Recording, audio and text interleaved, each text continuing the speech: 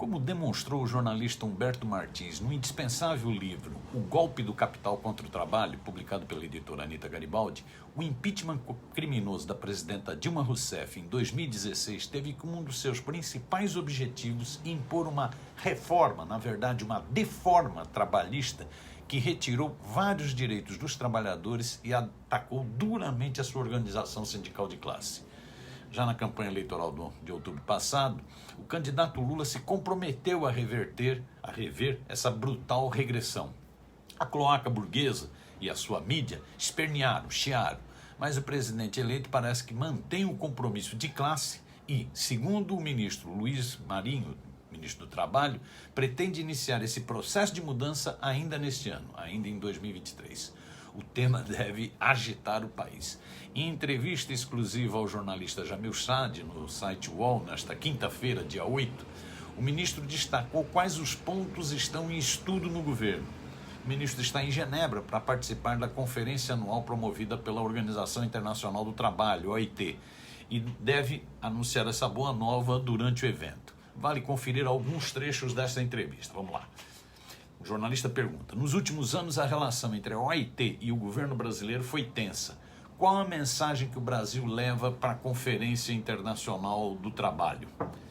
Resposta de Luiz Marinho: uma mensagem de reconstrução. Temos feito uma peregrinação pelos estados, buscando levar uma mensagem necessária de jogar o ódio no lixo. Vamos reconstruir o Brasil, reconstruir as políticas públicas e unificar o país. Uma retomada da pauta de direitos humanos, combater o trabalho análogo à escravidão, o trabalho infantil.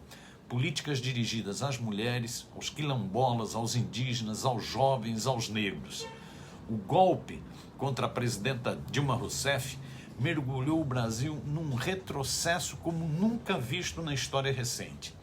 E durante o governo das trevas de Bolsonaro, tivemos um processo de entreguismo como eu jamais vi ou li. Portanto, é um processo agora de retomada da soberania nacional, com uma relação com os vários países que respeitam o Brasil e uma relação pacífica com todos.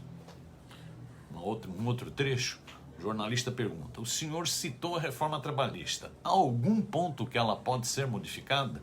Resposta do ministro do Trabalho: fizemos a opção de provocar as partes num processo de construção. O perfil do nosso Congresso Nacional não é muito simpático a retomar a revisão dessas reformas trágicas que tivemos recentemente no Brasil. Mas nós precisamos teimar com alguns assuntos. Nossa proposta é um caminho para a construção das partes entre trabalhadores e empregadores que pode facilitar a interação com o Congresso Nacional e não apenas o governo apresentando a sua visão de qual seria a revisão da reforma trabalhista. A questão da terceirização é grave e foi feita de forma muito abrangente e levando a um processo trágico para as relações de trabalho no Brasil, especialmente no campo. Esse processo, levou a subcontratações, chegando ao trabalho análogo à escravidão. Essa ferramenta atrapalhou demais a qualidade dos contratos, das relações de trabalho no Brasil. Se houver entendimento das partes, pode facilitar para que a revisão possa tramitar. Tranquilo nunca será. Terceirização é um tema sensível. O empresariado adora um liberou geral, mas isso leva a uma insegurança jurídica e competição desleal entre eles. Essa proposta será apresentada na forma de uma medida provisória? Pergunta o jornalista. O ministro responde: não necessariamente. Vamos analisar, conversando com as lideranças da Câmara dos Deputados. Se houver um entendimento entre trabalhadores e empregadores, tenho certeza que encontraremos um caminho para tramitar essa proposta. Esperamos que uma medida provisória não seja necessária, mas vamos conversar com o presidente Arthur Lira, presidente da Câmara dos Deputados. Outra pergunta: o senhor ainda acha que isso pode ocorrer, essa mudança pode ocorrer em 2023? Vai ocorrer no segundo semestre de 2023, com certeza. Pergunta novamente: qual será a proposta do governo sobre os trabalhadores em plataformas, em aplicativos? O ministro responde: Isso é uma aberração nas relações de trabalho no Brasil e em outras partes do mundo. As novas tecnologias são bem-vindas, mas elas precisam beneficiar a sociedade. Quando se falava em novas tecnologias, o pensamento é que isso seria acompanhado por uma redução da jornada de trabalho. E vemos que ela está sendo apropriada pelo capital para explorar ainda mais a sociedade.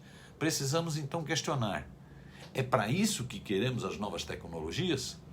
Ou a sociedade tem o direito de se rebelar contra isso? Queremos tecnologia que esteja a serviço da sociedade, e da classe trabalhadora. Esse é um debate que a OIT tem obrigação de se debruçar com carinho. No Brasil, estamos debatendo o assunto e ouvindo as principais lideranças. Há uma parcela dos empresários sensível ao tema. E tem algumas empresas globais que querem que fique tudo como está, sem regulação alguma. Num outro trecho, o jornalista pergunta: mas o governo tem uma primeira proposta sobre essa questão dos aplicativos? O ministro responde: estamos trabalhando com as partes para que possamos construir algo. Há um ponto de partida importante, que tem apoio dos trabalhadores e das empresas, que é a questão da previdência social e da proteção social. Algumas plataformas querem parar por aí, mas isso ainda é muito pouco. Precisamos falar de jornada extenuante. Isso leva a acidentes de trabalho. E temos a questão do valor do trabalho. Um monitoramento que olha a questão da superexploração do trabalhador. Esses itens precisam entrar nesse debate. Então haverá uma regulação sobre a jornada e a remuneração? Pergunta o jornalista, o Jamil Chad. Resposta: na minha opinião, sim. O jornalista insiste.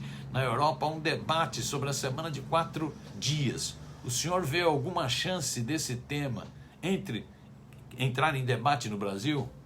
Marinho responde: eu vejo a necessidade que isso entre em pauta. Eu tenho provocado as centrais sindicais. Vocês não vão falar sobre redução da jornada de trabalho?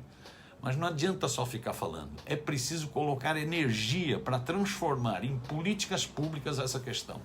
No que se refere à jornada de trabalho, tivemos um avanço importante nos anos 80, quando passamos de 48 horas para 44 horas semanais.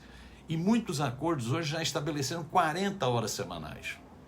Mas a maioria da economia ainda está nas 44 horas da Constituição. É plenamente factível levar toda a jornada máxima para 40 horas semanais.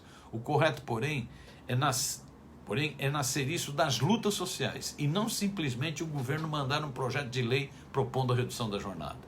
Precisa haver um processo de mobilização e por isso minha provocação para os sindicatos. A entrevista prossegue, dá dados muito interessantes sobre a realidade do mundo do trabalho que o ministro pretende levar a essa Conferência Internacional do Trabalho da OIT.